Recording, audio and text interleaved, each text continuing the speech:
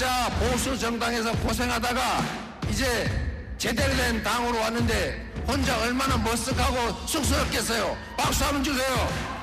환영의 박수. 그 찢어진 가짜 빅텐트에 몰려가가지고 고생하는 사람 혹시 있을까 싶어서 그런데 진짜 빅텐트 민주당으로 오십시오. 그쪽에서 견디다 버티다 도저히 안 돼서 탈출한 분이 있길래 저희가 모셔왔어요.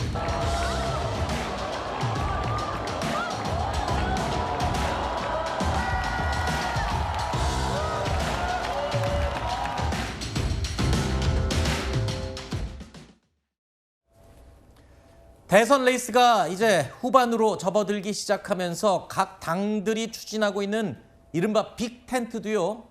점차 모습을 드러내고 있습니다. 가장 빠른 쪽은 지금 민주당입니다.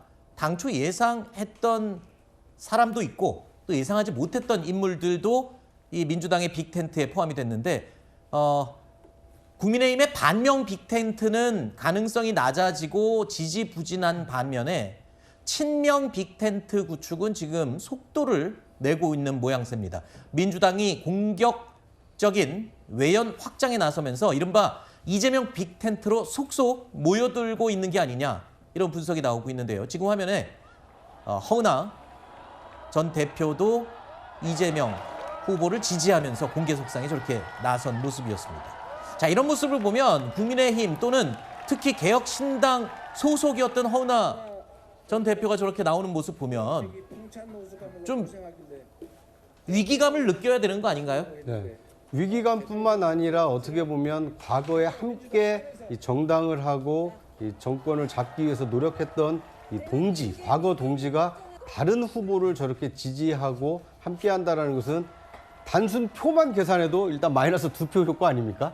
원래 자기한테 와야 되는 표가 상대에게 갔기 때문에 2표의 그 실리도 잃은 거지만 상징성도 상당히 크다고 볼 수 있습니다. 왜냐하면 새를 불려서 더 많은 지지를 받는 것이 아니라 과거 함께 했던 동지마저 다른 정당, 다른 후보를 지지할 정도로 그만큼 지지세가 위축된 거 아니냐 이런 평가를 받을 수 있기 때문에 지금 김문수 후보라든지 그 개혁신당 이준석 후보로서는 상당히 위기 상황에 처해 있다 이렇게 볼 수 있을 것 같습니다. 이런 상황에서 국민의힘이 내세웠던 이른바 반 이재명 빅텐트는 어떻게 되고 있을까요? 좀처럼 새를 불리지 못하고 있습니다. 김문수 국민의힘 대선 후보는요. 이준석 후보를 좀 띄워주고 칭찬하면서 빅텐트에 합류해달라는 러브콜을 보내기도 했습니다. 우리 당이 그동안 잘못해서 이준석 후보께서 밖에 나가서 고생을 하고 계시는데 그러나 고생 끝에 대성공을 터뜨리고 계십니다. 어제 토론회를 했는데 저를 지지하는 많은 분들이 어제의 MVP는 이준석이다. 정책이나 이념, 생각, 그린 모든 당의 인맥, 제도 이런 것들에 대해서 저보다 이준석 대표가 더 잘 알죠. 다른 당이라고 생각 안 하고요. 내쫓더니만은 요즘 돼가지고는 다른 소리 하는 거 보니까 환절기인가 봅니다. 저는 그런 단일화 논의 자체에는 전혀 관심이 없습니다. 그렇게 했던 사람들은 신뢰가 없는 거거든요. 근데 뭐 말 한마디 했다고 신뢰가 생길 것 같습니까? 그게. 김문수 후보가 당을 장악한 것도 아니잖아요, 지금. 이준석 개혁신당 대선 후보 들으신 것처럼 단일화 가능성에 대해서는 선을 명확히 그었습니다. 그런데 저희 채널A와의 인터뷰에서요. 이준석 후보가 이렇게 말했습니다.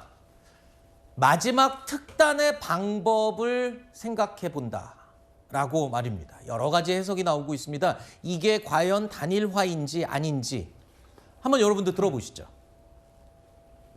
중도 보수 진영에서도 마지막 승부를 걸어야 되는 것이 아니냐. 그러면 특단의 방법들을 써야 되는 것이고 김문수 후보가 기대하는 단일화 모델이든 제가 생각하는 단일화가 아닌 모델이든 간에 이재명 후보가 무능력자인 것이 인증이 끝나야지 그다음 되는 겁니다. 그러니까 이재명 후보가 30%대나 40% 초반대로 가면요. 무조건 그거는 그다음에 다른 아이디어는 나오는 겁니다. 결국에는 김문수 후보를 통해 가지고 이재명 후보를 이길 수 없다. 그러면은 유권자들이 이준석에게 표를 몰아줘야 된다라는 말을 그냥 원론적인 얘기를 했을 뿐입니다. 자, 이게요. 어제 오늘 오전까지 굉장히 지금 관심이 높은 발언이 됐습니다. 특단의 방법을 강구해야 된다. 자, 그러니까 근데 또 단일화는 아니라고 또 얘기를 했어요. 그래서 얘기를 쭉 들어보니까 이겁니다. 지금은 이재명 후보를 집중 공격해서 높은 지지율을 떨어뜨려야 할 때다라고 한 것으로 봐서 조만간 김문수 후보와 이준석 후보가 이재명 후보를 향한 협공을 시작을 하고 그 효과를 본 다음에 그다음에 뭐를 생각하자 뭐 이렇게 정리가 됩니다. 네, 제가 방금 좀 생각컨대 두 가지 정도 시나리오를 예상을 하는 것 같아요. 네. 첫 번째가 이제 동탄 모델을 생각을 하는 것 같습니다.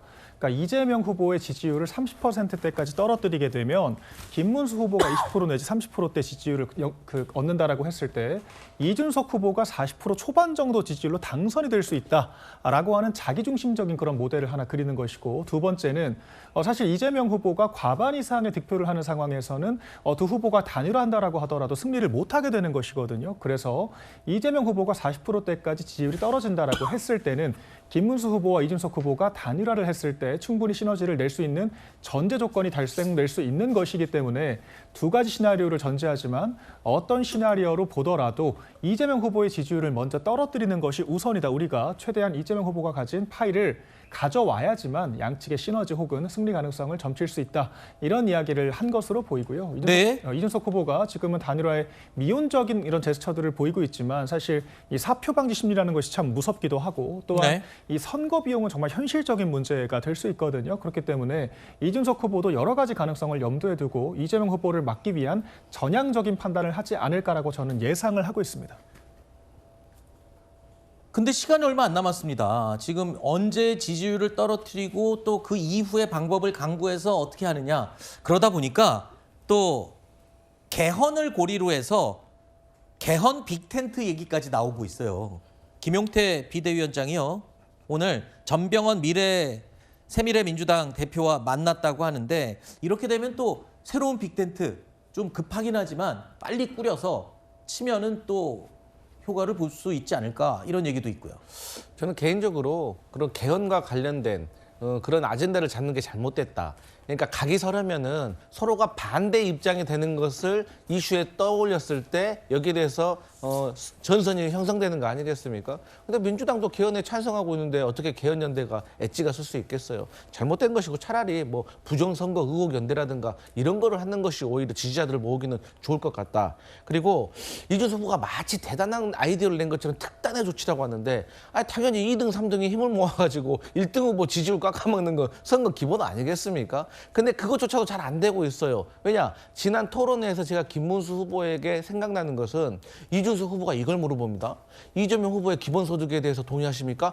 동의하지 않습니다. 그러니까 그래요? 근데 국민의힘 정강정책에는 그게 써져 있는데요? 그렇게 얘기하니까 김문수 후보 당황하는 것 같았어요. 그러니까 이렇게 본인이면 공격을 하면서 다시 협공을 해서 이재명 후보를 맞서겠다? 이것은 앞뒤가 맞지 않는 것이고, 특히나 국민의힘에서 후보 교체 파동 이후에 저는 국민의힘의 지지층이 사실 이준석에게 조금 이동을 할 줄 알았어요. 이준석 후보에게. 근데 요즘에 여론조사 보면은 그렇지도 않는 것 같아요. 그렇기 때문에 저는 이준석 후보로서는 저런 얘기 충분히 할 수 있지만 현실화되기는 어렵다, 이런 생각해 봅니다. 네.